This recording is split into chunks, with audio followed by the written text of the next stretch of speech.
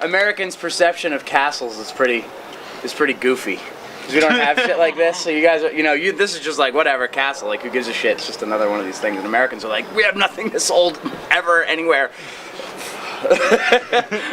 I feel like I'm in Spinal Tap. When they do Stonehenge. Who's seen me play before? So have you heard me tell the story about my friend Mitch? My friend Mitch is a really great friend of mine from Connecticut. He was murdered in his apartment 2 years ago, in Connecticut. And a couple days ago, they found his killer. Like, took 2 years, and they finally found the guy. And when I went through this, had really mixed emotions about it, because for the longest time I was like, man, I hope they find this fucking dude. If they found him, I don't know what I would do. Like, I'd be so fucking happy if they finally found this guy. And then they found the guy. And I don't know, I don't feel any better about it. I thought I was going to feel better about it, and I just didn't. And there's no real point to me telling you this. It's just I've had a hard time coping with it, and I don't think there's a better way to talk about it than to just share it with a bunch of people you don't know. But Mitch had this way of looking at the world. He had this phrase that he used to live his life by, and this phrase was "fuck off all nerds." And if you met Mitch, he had to seriously be the nerdiest human being on the fucking planet.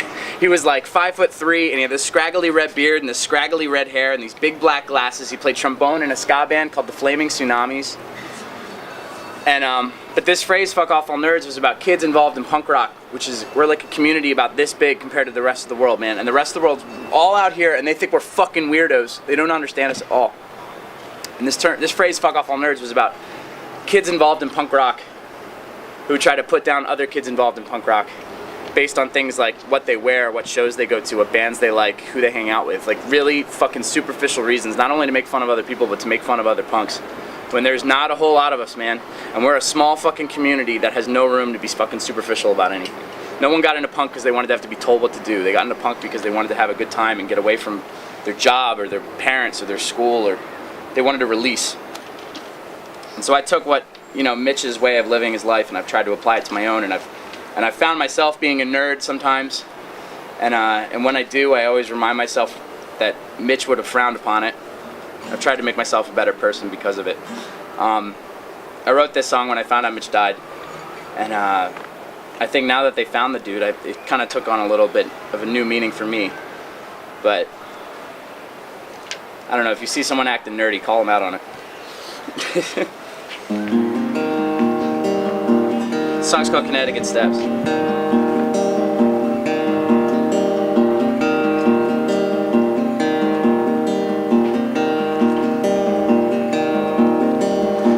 Morning in Baton Rouge, I changed position to some heartbreaking news. I remember the sobs and the call about you. I'm deep to what rests on Connecticut steps. Total shock and an assortment of friends, in thoughts to go along with the rest in my head. It's what this meant. It's what you, to everyone you met today. I'm so unbelievably helpless against the pit in my stomach I couldn't begin to shake off. So in the back of my mind, my brain has rendered me silent. Wish not a soul around me could understand.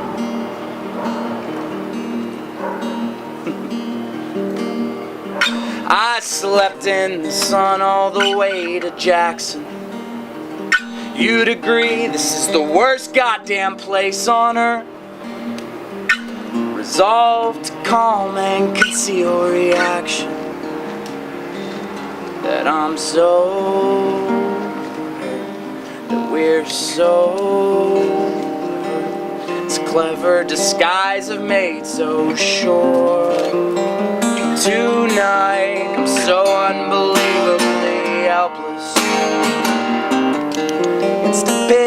my stomach I couldn't begin to shake off. So in the back of my mind, my brain is weirdly silent. Wish not a soul around me could ever understand.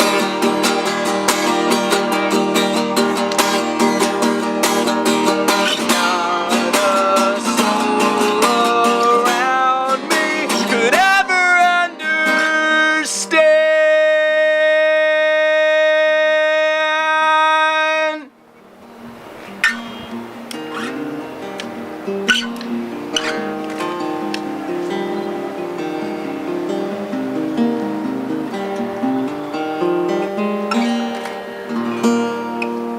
Awesome.